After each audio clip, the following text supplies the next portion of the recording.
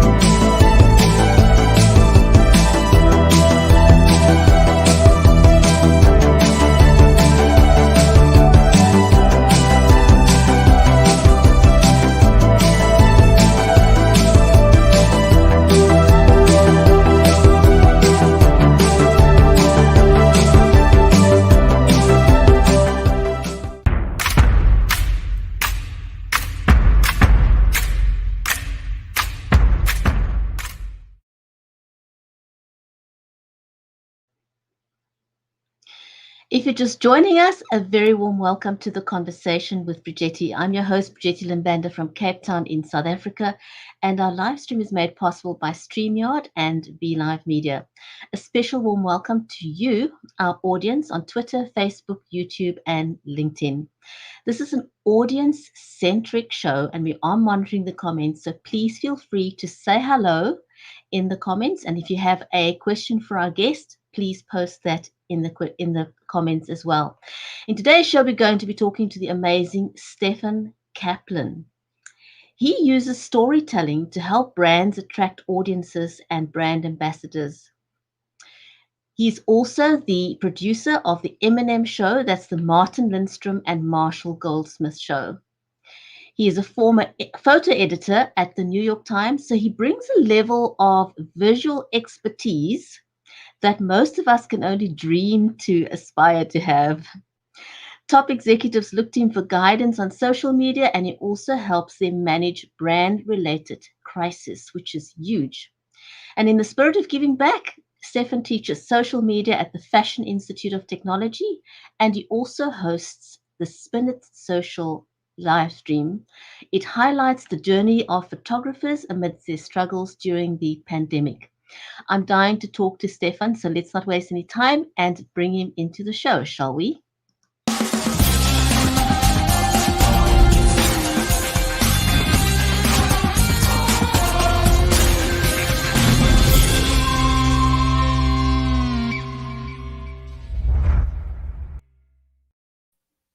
Hello, Brigetti. How are you? I'm very well, and yourself. Thank you so much for joining me today. Oh, what a pleasure. I feel like I'm taking a trip around the world right now. Indeed, it's one of the things I've grown to love about live streaming. You know, I'm in my 7th year of streaming, and I have met so many amazing people from around the world that I may otherwise not have met, and we've become real life friends. You know, Yeah, when you talk to people like this, you know, to me, this is as good as it gets to right. having a face-to-face conversation, because you can make eye contact with someone. hmm Um, it gives you an opportunity that you really wouldn't otherwise have had. And I feel that, you know, we're blessed being in the space as live streamers, because when the Right. pandemic hit, we kind of had an unfair advantage, I would say, over most people, because we were already comfortable in front of the camera. Absolutely. Absolutely. I mean, the amount of people, the quality and the great people that I've met in the 15 months since the pandemic hit, doing the live streaming thing now has been phenomenal. And, you know, from all corners of the world, and including yourself now, you know. And So it's absolutely a pleasure to be here. Steffen, so for those who don't know you, let's start from when you were at the New York Times, and how that evolved into you now being a live stream producer? What Sure. happened? Well, I was just telling somebody earlier today, who I was talking to about a possible business relationship with, that, it's been a long journey. So I asked them if they had a good cup of coffee, and they said yes. And I said, okay, good, here it comes. So, it's been quite the journey. It's riding the waves of life, but I started at the New York Times way back when as a graphic and photo assistant, actually. And then I made my way up to being a photo editor. And I had a love for photography. So I ended up being trained as a photo editor. And then I became a full-fledged photo editor. And then about 5 years later, I became a supervising photo editor, 3 to 5 years later. And that was really a role that I took very seriously, and I thoroughly enjoyed, because I love photography. I've always had a passion for photography since I'm a teenager. And I was able to go into work every day and look at this library of photos from around the world every day. So it was really amazing. I got to meet some of the most incredible photojournalists and other media people from around the world over the years. And I was there for a good 20 years almost. And then, unfortunately, in 2009, after that came to an end, because in 2009 there was a massive downsizing in journalism, as many of us know. The journalism industry and the media industry took a severe hit in Mm. 2009. And I was downsized. So I had to reinvent myself. And I had to do that quickly because I had a house, I had a You kid, had bills to pay, right? I had bills to pay, and I needed to do all this. So I was already involved in social media. And I had an entrepreneur friend of mine that approached me, and he said to me, I think you'd be really good in this space. Have you thought about it before? And I said, not really. I'm still trying to stay in the photo editing world. And that really didn't work out because the roles were being shuttered. I mean, they were closed up everywhere. The industry was shriveling up. So, I had to make my way into social media. And I'm glad I did, because my entrepreneur friend, who was in the hotel business, had a good vision about this. And he said, you have what it takes. You have the journalism background, you have the visual skills, and you also have the communication skills, because, as you know, and many people who know me, I have the gift of gab and I love to talk. So I love to have great conversations with people. And so I made my way into social media, and I was working in the hotel business for a while, which was fantastic. I loved working in the hotel business. You get to meet people from everywhere. And then I decided to take a leap. It was a leap of faith in a way, and it was also a leap that needed a lot of courage. And I decided to brand myself Spin It Social. Where did So, that come from? I mean, like, how did you decide on? I mean, it's a really, really, really catchy phrase. yeah. How did you get to there? I was lucky. Every element, everything in life involves a certain amount of luck. But there was also some strategy there, and life playing its part. My wife used to watch Mad Men a lot, Hmm. that show Mad Men. And the oldest term in the book is spinning things, spin it in Yeah. marketing. So that's an old marketing term. So I thought about it when I was walking my dog one day, that poor old dog. And I was walking him, and we were I was thinking, and I said, okay, I'm in social media, spin it social. Wow, that sounds really good. So I ran home with the dog. The poor thing was probably panting behind me. I ran down into the basement where I had my computer in my office, and I started looking it up. Nobody had it. Somebody had the name Social Spin It, but that doesn't work. No, Social Spin it's It not. It's doesn't not the work. same. So I turned it around and I said, spin it social, like I said on my walk. And I said, that works. So I looked it up. Nobody had it. Twitter, I took it out. Facebook, I took it out. Instagram, I took it out. Wow. Actually, Instagram, I didn't take it out. Back then, I had a Instagram page that was called S Kaplan Photos. Boring. So I had to, years later, I switched it around and nobody still had it. So I took Spin It Social and I disbanded S Kaplan Photos. But I also took it out online. I own spinitsocial.com. I even own Spin It Social on Clubhouse now. Even though Congratulations. I Wow. haven't used Clubhouse yet, but I own it. And this is the one piece of But that's a advice. good lesson. That's a good lesson. Right. Very good lesson. So I know what you're going to say, but I wanted to just point out to people this is a very, very good lesson. Pay attention. No. So this is the big thing. And I teach my students this all the time. One of the main things I teach them and people I work with, if you have a brand name and you like it and you know you're going to keep it and go far with it, hopefully, then you need to take it out everywhere. I mean, even my email is Spin It Social.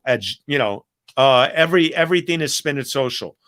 So YouTube, everything, because TikTok, I think I've done one TikTok, maybe. Snapchat. Whenever there's a new platform, I take it out because I don't know when I might need it on that platform. Even on Medium, the blogging platform, Spin It Social. I have 3 blog posts there because I'm a busy guy and I sometimes get caught up in certain platforms at a certain time. And sometimes I'll do other things, but I own it across the board. So that's where things stand with that. To me, that's a great lesson in future-proofing your business. Right.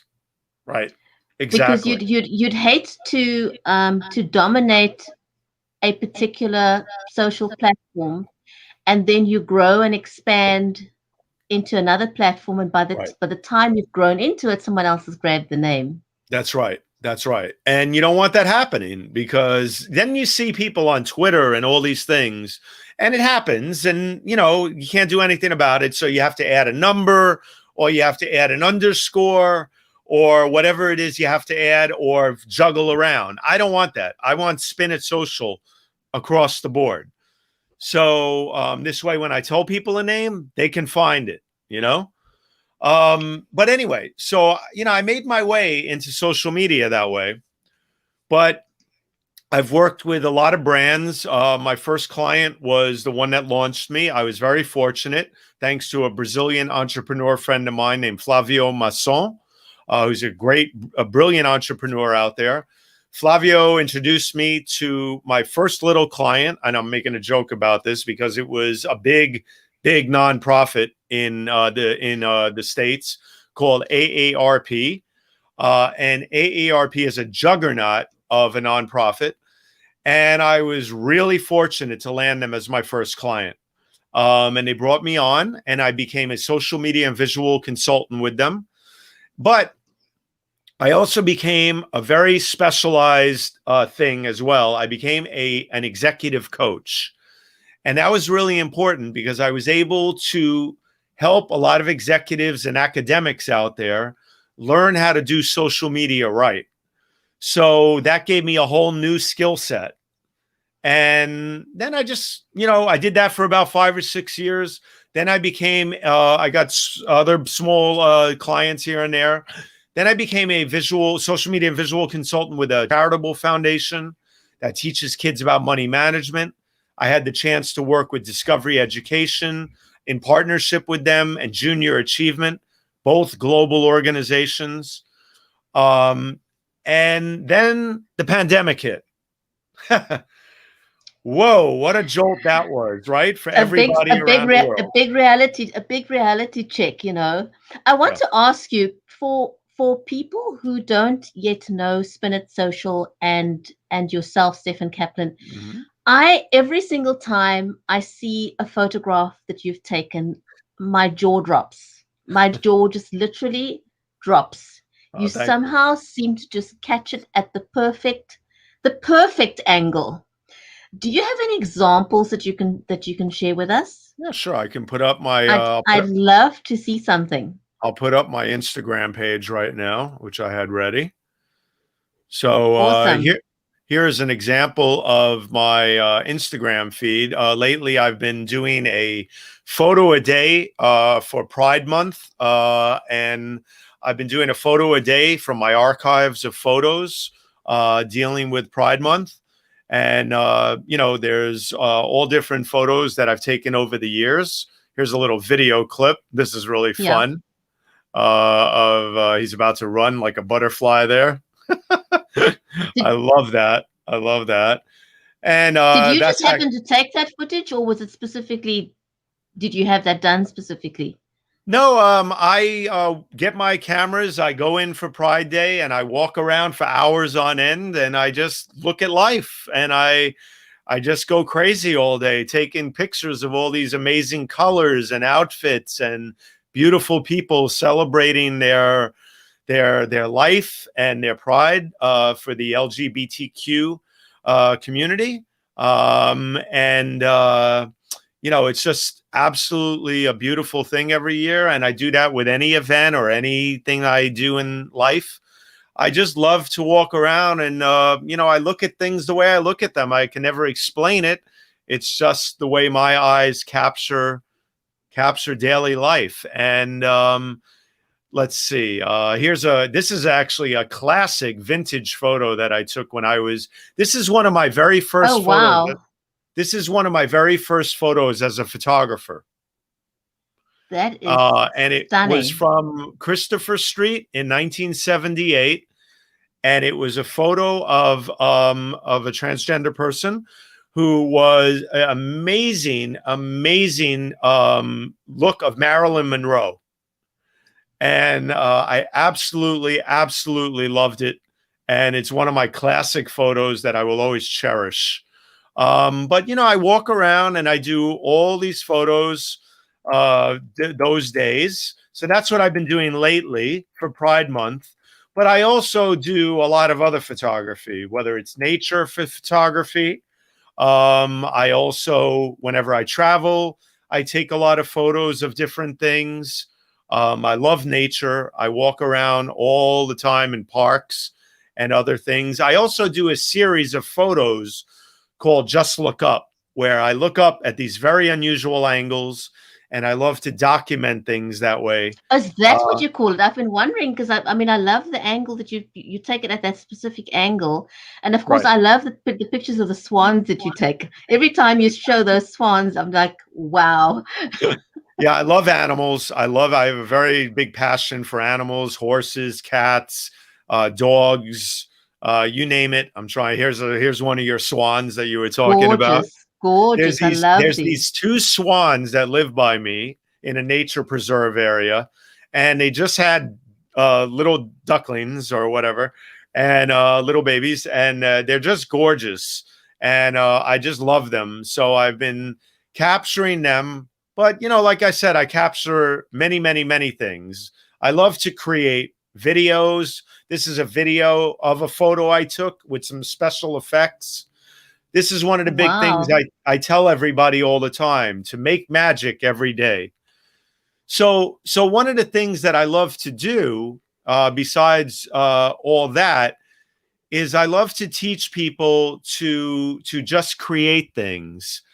Because I was at an exhibition years ago, a Lego exhibition called Art of the Brick.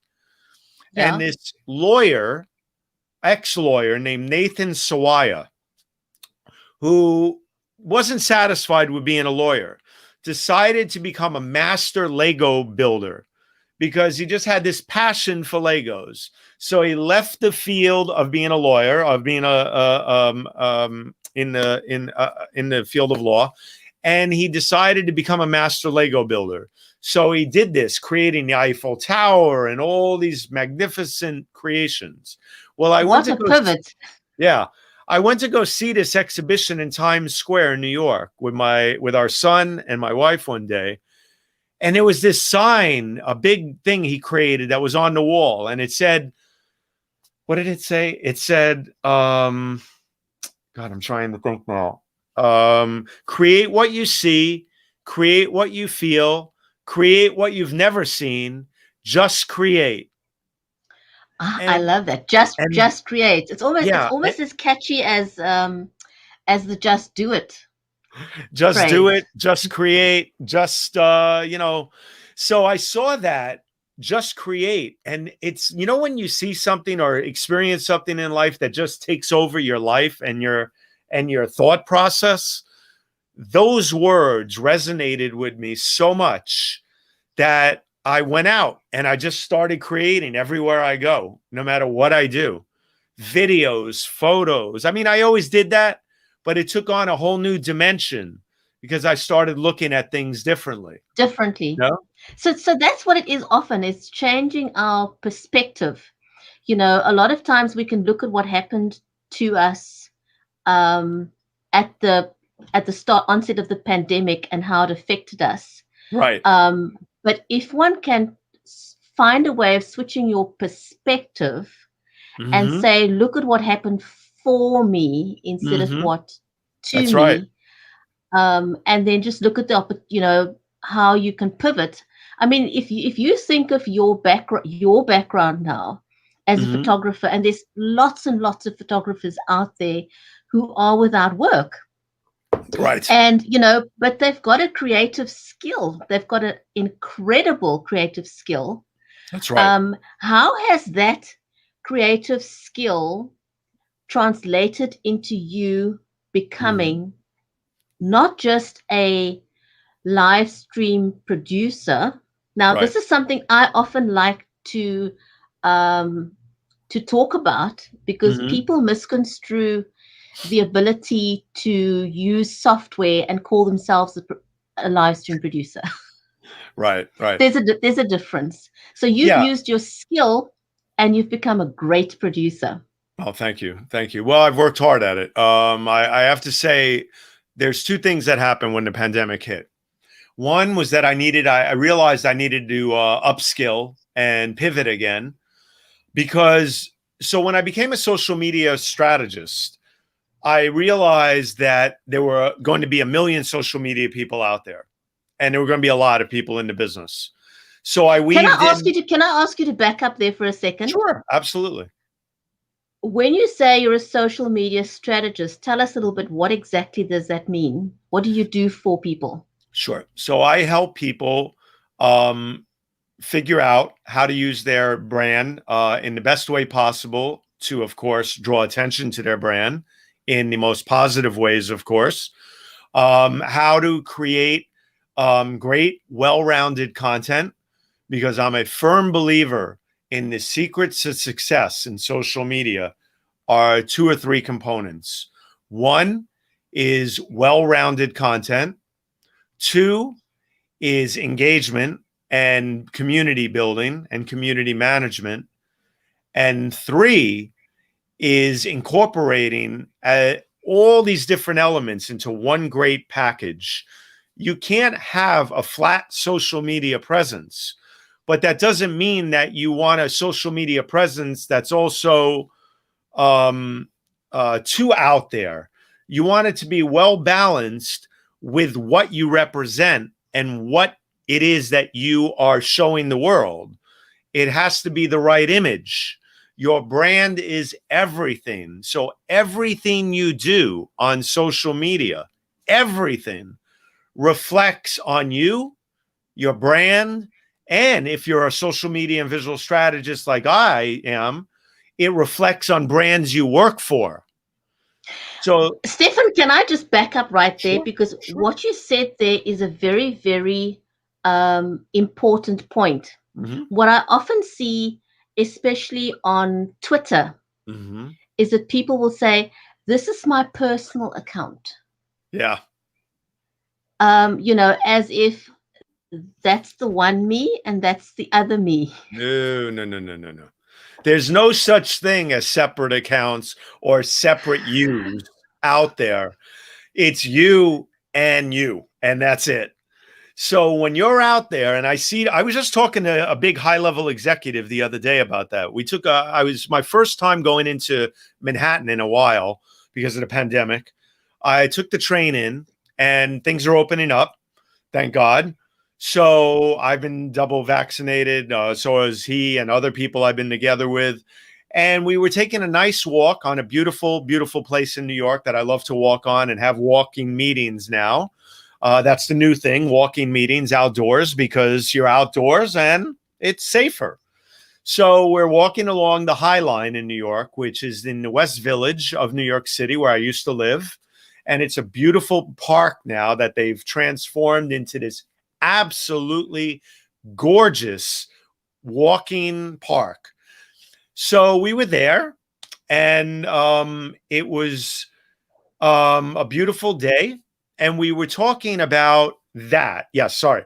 We were talking about people putting disclaimers on their social media that these tweets are mine and do not represent anybody else, or disclaimer, retweets do not equal endorsements. That's an even better one.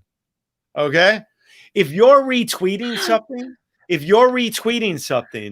you are acknowledging that there's something there that you're either, it's none of this jives with me.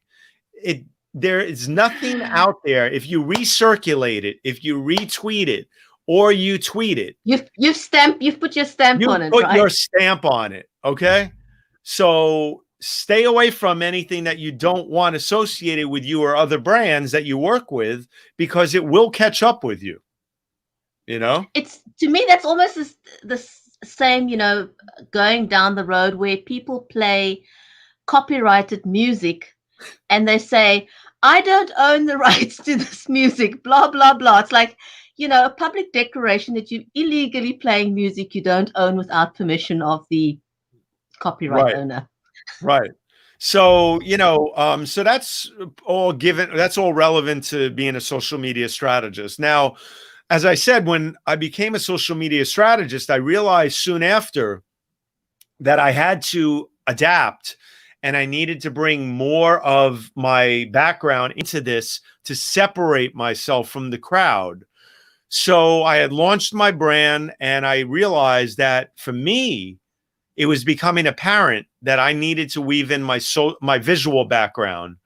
And it just dawned upon me one day that I needed to separate myself by calling myself a social media and visual strategist and consultant. So I did that, and it worked perfectly. It was the secret sauce, as I would say, for quite a while for me. But then when the pandemic hit, because I look at things differently visually, so people were really excited by always working with me on both ends. And I had the journalism background, of course. As I always say, I don't have a master's degree in journalism, but I do have a master's degree in journalism via the New York Times, because you spend 20 years at an institution like the New York Times, and You've learned something. You learn something, And I worked with some of the greatest editors and writers and photographers around the world, and I'm blessed for it. But when the pandemic hit, I had to do all that once again and blend more into my scope of work, as they would say. And I was fortunate to be working with a bunch of colleagues who were in the live streaming game.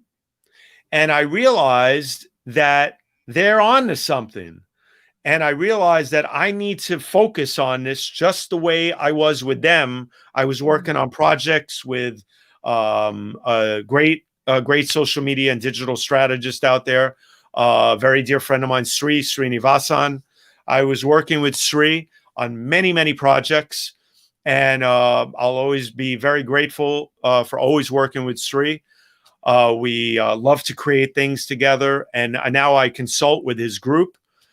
And it's wonderful. So I said to myself, okay, I need to, though, zero in on this, and I need to bring it into my brand and my strategy.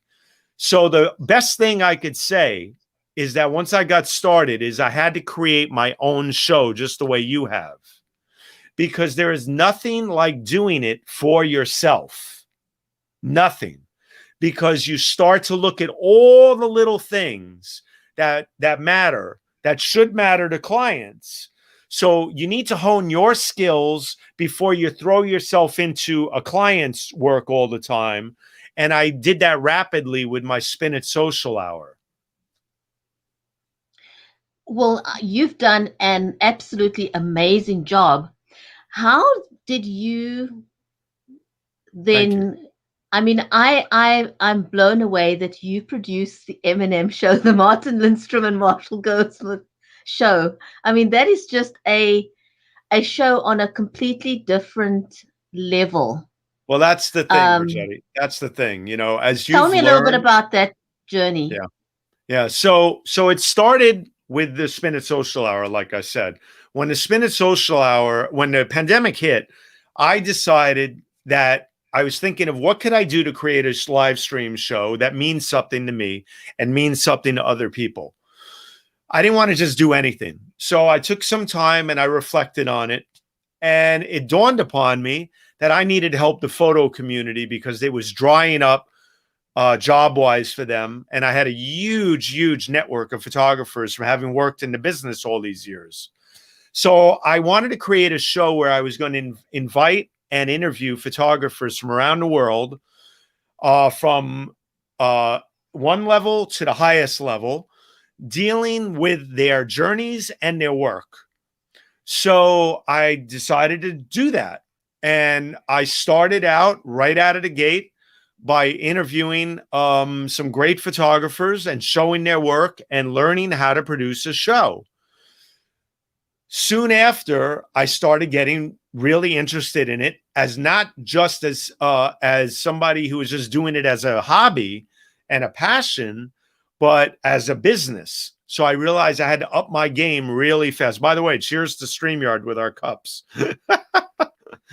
And StreamYard has a lot to do with all of this, because without StreamYard, I would not be in this game as quickly as I am, because StreamYard is a wonderful platform that everybody should check out. And I'll always say this about them, because it was the most user-friendly platform that I could latch onto that helped me add a whole new dimension to my digital portfolio, as I would say. So let me quickly show an example of my show, the intro at least, and then people can have an idea of what I'm talking about. So let me pull up my share screen here, and let me go here and let me do share audio, and let me go to this one, which is the latest one. And this is just the intro we'll do. Awesome. So glad you can share it. Sure. So here we go.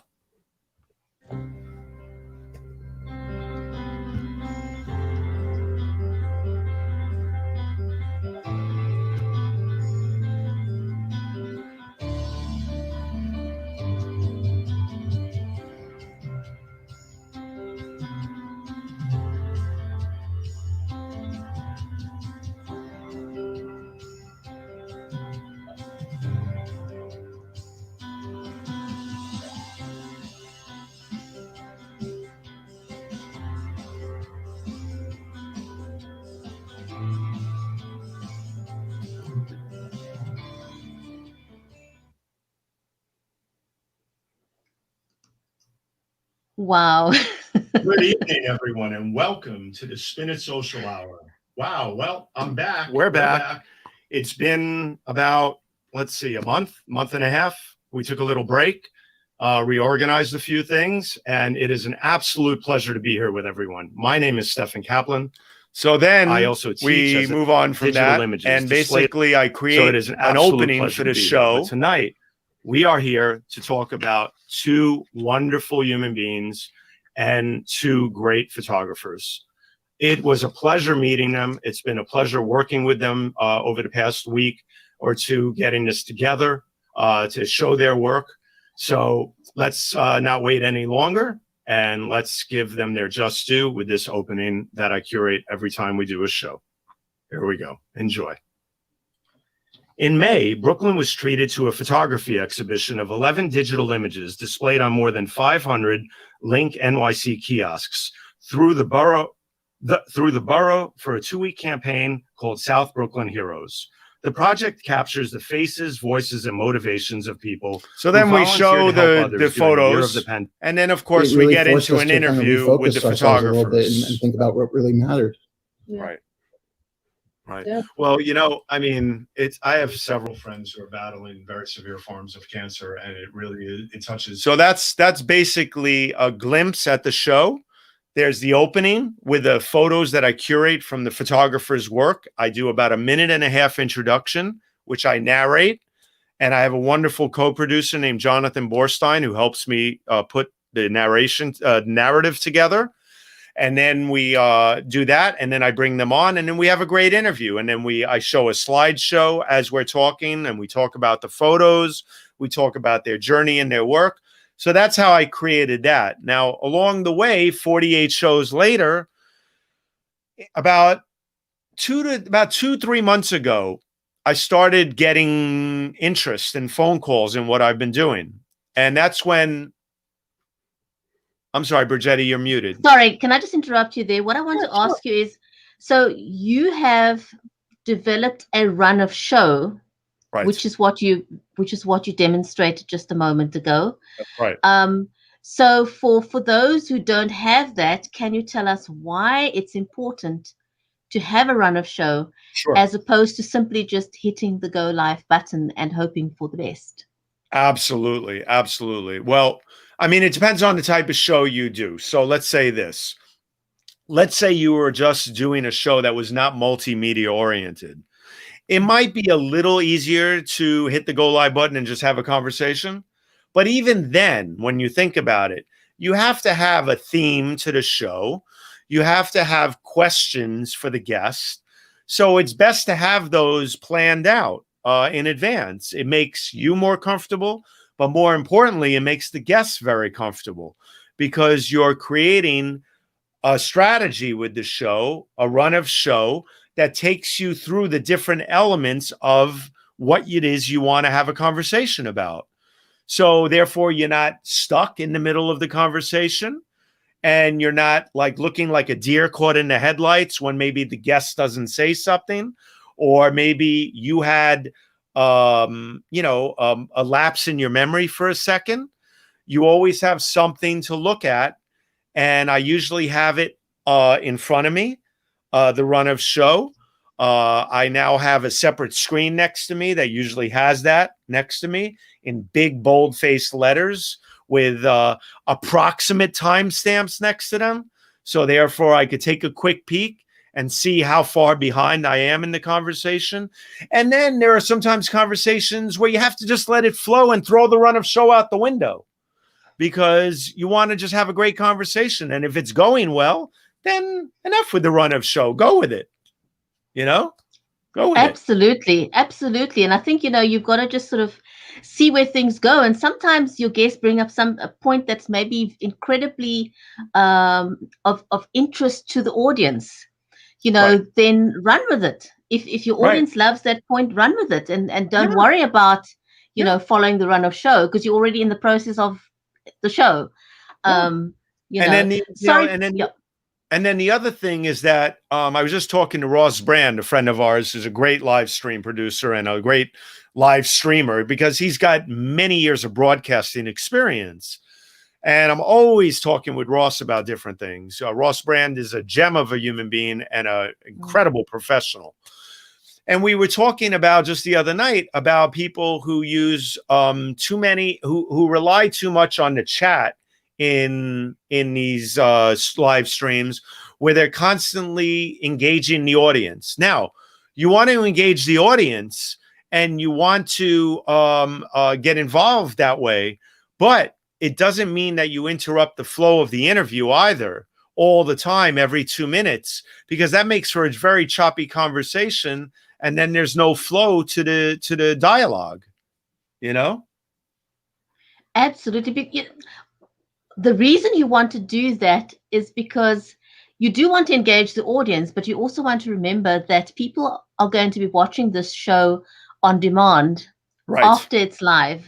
That's right. And you want to bear that in mind. So what is, are you ruining the experience for people that's watching it on demand? Hmm. Hmm. Um, and the idea with live streaming is also the fact that you can reuse your content. Right. So Right. you don't want to affect the reusability. You put so much time and effort into producing your live That's right. stream. You want to make it count, right? That's right. And that's the thing. That's a very important point that you make, because I quickly learned in the game of live streaming, and I use the game lightly. It's not a game, but it's just, a term that comes up every now and then. But in the big picture of live streaming, replays and then chopping up the broadcasts into sound bites and other things, which I still haven't gotten around to because there's only a certain amount of hours in a day. But I have at times created some sound bites. That is really a great thing to do, and I need to get more into that. But it is time consuming. Now that I have a brand new studio that I've set up with a much faster system and everything else, I think I'll be getting much more into video editing and cutting up the live streams that I do and creating these nuggets that people can listen to, because that's what grabs people's attention on Twitter, on Facebook, and everywhere. And then if they want to watch the whole thing, if they like the nugget, the little sound bite, they'll visit it. They'll go to it if it caught them. And that's why it's important to grab a great little nugget so that people like that. And then they want to visit your channel or your full live stream and sit down with a cup of wine, a cup of coffee, whatever your thing is, and enjoy the show for an hour or whatever it is, Stefan, I just want to quickly jump into the fact that you've recently bought a new computer. Now, a lot of people, when they live stream, there's a lot of reasons why things can go wrong Right. in live stream production. One of Right. it is an inconsistent internet connection where, it can cause choppiness.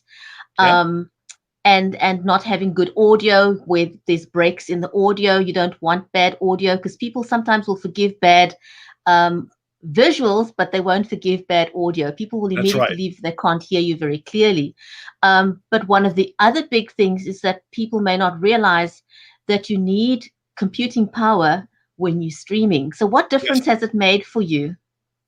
So I had an old, and I still have it because I use it as my second screen now. I have a 24 because I'm going to work it till it's dead, basically. I have a 24 late 2014 MacBook Pro that I started everything on. I've had it for 2020 7 years, but it's running on empty. The fan is always buzzing. The computer's on its last legs. So I decided to invest. It's an investment. When you're investing in new equipment, I know it's expensive, but you have to realize that nobody's going to invest in you if you don't, you know? And that's the gospel of it. And so I went out and I bought a new a Mac Mini with an M1 chip, and I bought a really nice 27-inch high-def Dell monitor, 4K monitor, and I have a pro mic now. I have pro lighting and everything else. I'm still calibrating the lighting for my live streams because of the new monitor and everything. So I'd like it to be better than what it is, but it'll get there. It's pretty good, but it can be better. And I was just speaking to another great tech expert out there. I'm going to be grabbing my professional mirrorless camera that I have, and instead of using my Logitech C920 1080p Pro webcam, I'm going to be upgrading to my Samsung NX1 18 to 50 2.8 lens camera that I have. That's going to be super razor sharp. It's going to be amazing. That is absolutely going to be amazing. You're going But to enjoy doing that. I had to find the right tech expert to help me because the Samsung NX1 Pro camera that I have is about 5 years old now, 6 years old now, even though it's a great camera and it's still relevant and really good, but they don't make it anymore. So I have to find the right adapters and this and that and capture cards, all these little gadgets, but it's going to work, I think. But the reason you asked me was about doing all this, and one of the biggest things is bandwidth and your Wi-Fi and Ethernet connections. That is the biggest thing that you can do as a live stream producer, is make sure that you have a great Wi-Fi or Ethernet connection. Forget about Wi-Fi even. If you can route your system into the router, if you can have what's called if you can be hardwired, as they call it, and into Right. your system, it will allow you to stream that much better. You'll have faster speed, you'll have better quality, and you'll have less freeze. Absolutely. People underestimate these little nuances that will make a huge, huge difference Right. to the final output. I always aim to be able to produce a video that somebody would be willing to put onto their website. That's right. And the one thing that made me, and you got to this point, and I'll bring this up now because I didn't want to jump into it without explaining everything in a very systematic way to understand the journey and the tech stuff that I've been through.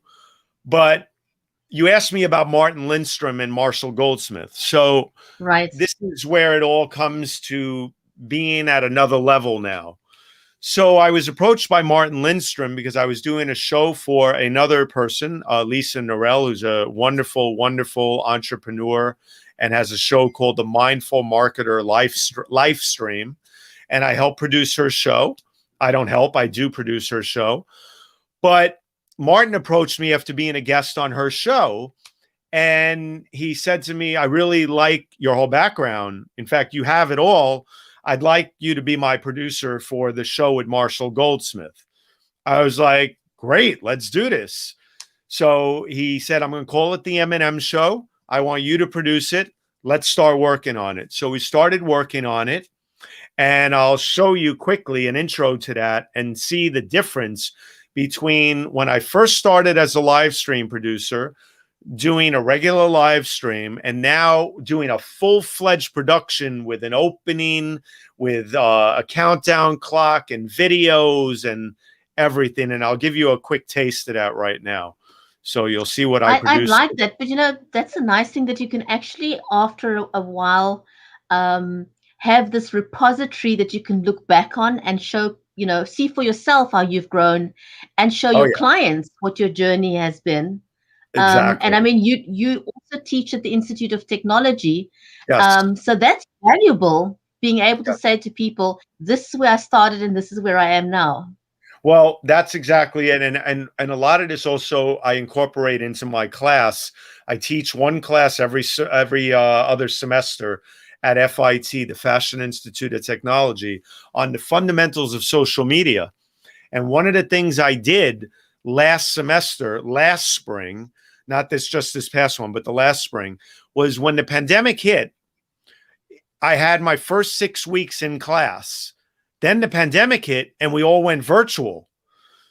But it dawned upon me as we started teaching virtually that I needed to quickly incorporate what I was learning and teach the students this.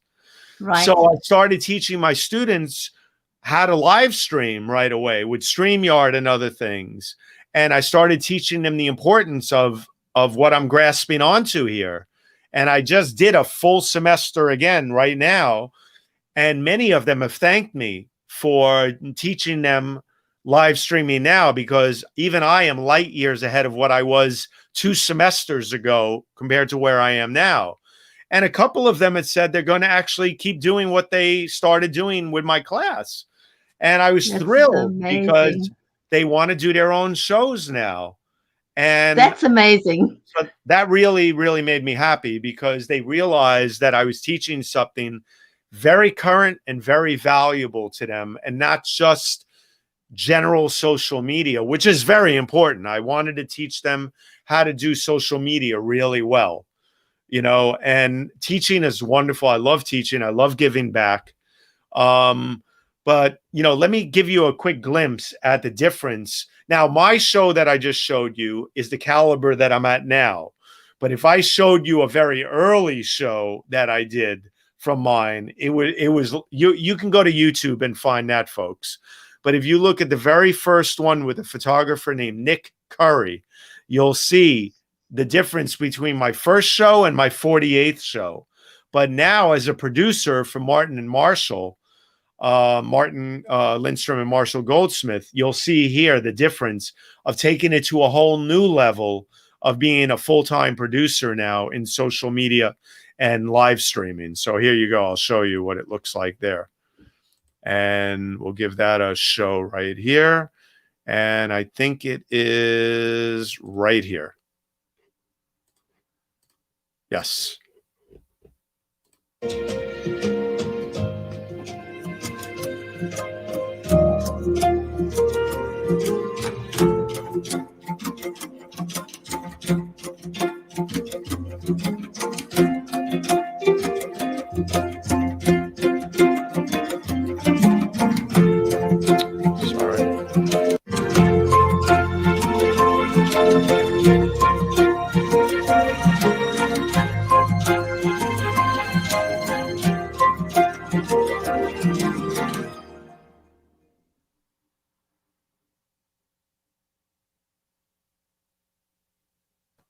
Just as we all thought the answer to sky-high rents, endless flights, and millions of dollars spent on hotels and accommodation was solved by remote work, a recent study from China shows a slightly different picture. So it goes like this, where Martin starts talking, that just by and then we go into a quick intro video. That is, the employee is present.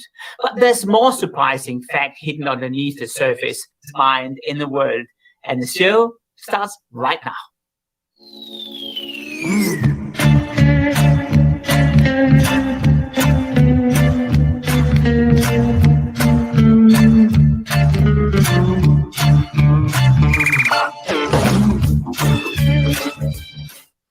So then Martin hey everyone, comes welcome back to on, the M&M show. And then we have a segment where then we bring B-roll in. We show B-roll of things, all kinds of where there's video, and then we have the guests on. He's trying to find his way. These are three of my favorite people. And then we have a discussion with the guests, of course. And I feel badly. I was in the green room there. And then, of course, there's a close to the show, which is equally important. That's M&M spelled out, M-A-N-D-M. And you'll see it right here. See our show list for the future. Thanks, everyone. Bye for now.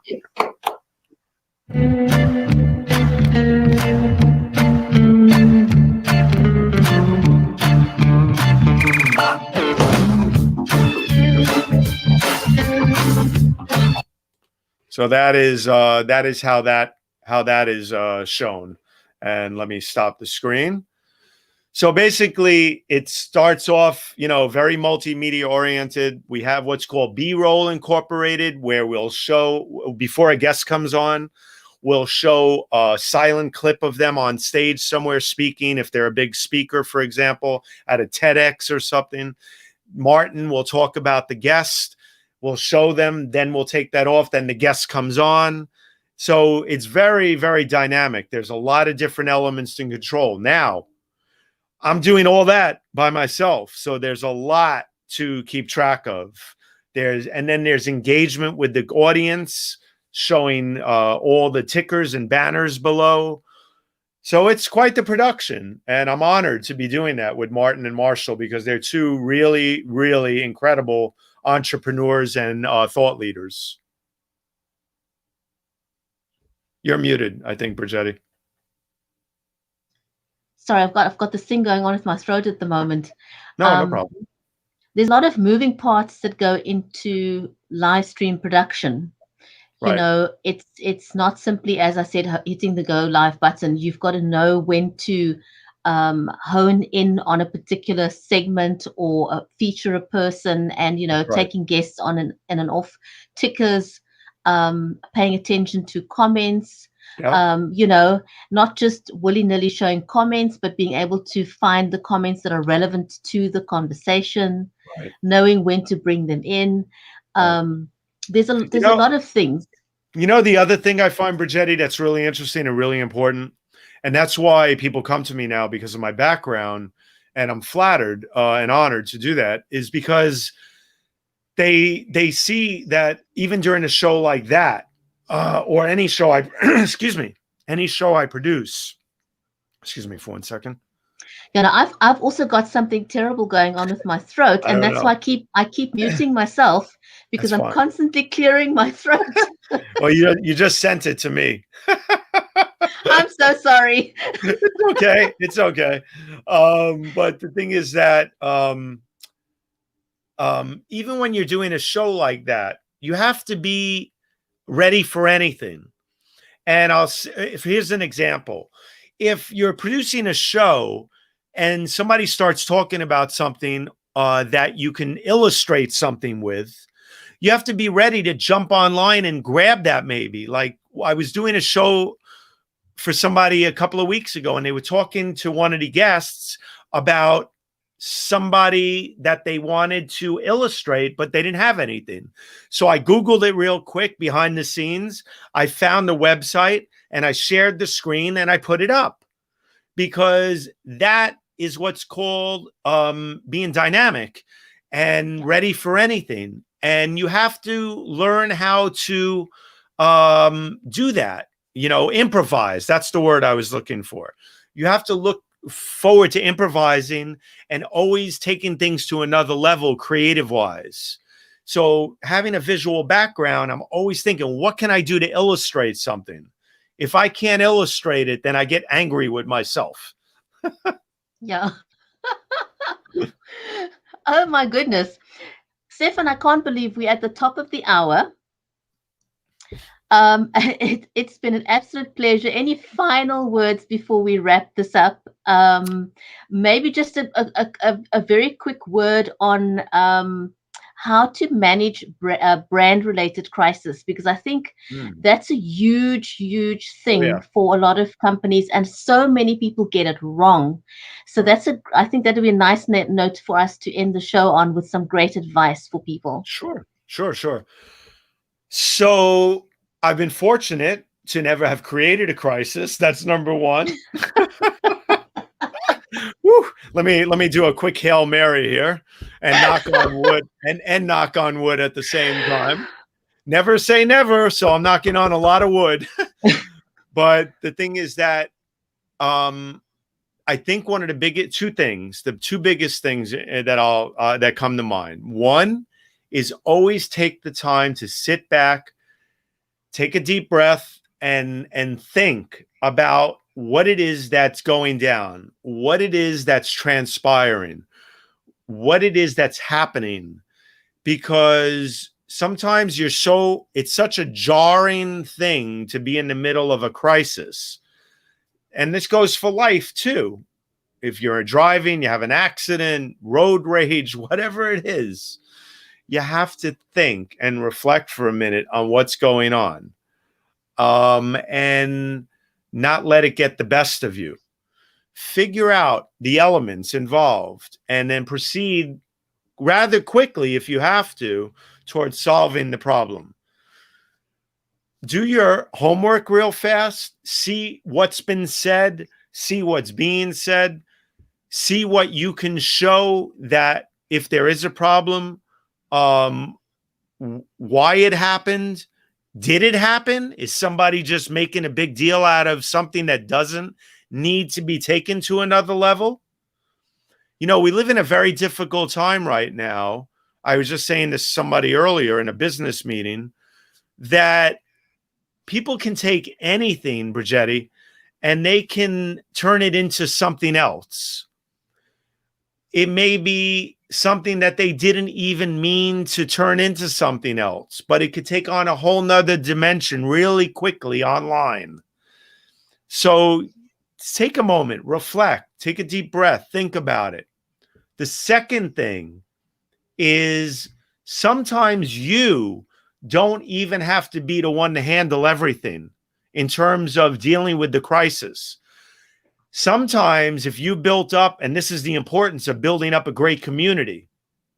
If you've built up a great community, many people will already have been, and many others will become, a staunch advocate and brand ambassadors for you and your brand and other brands. And they will come to the rescue if they know you well or you've done well for them and in this world. So that's another important thing. Sometimes the crowd will interject and they will help out with matters. That doesn't mean it's going to happen all the time, but sometimes it will.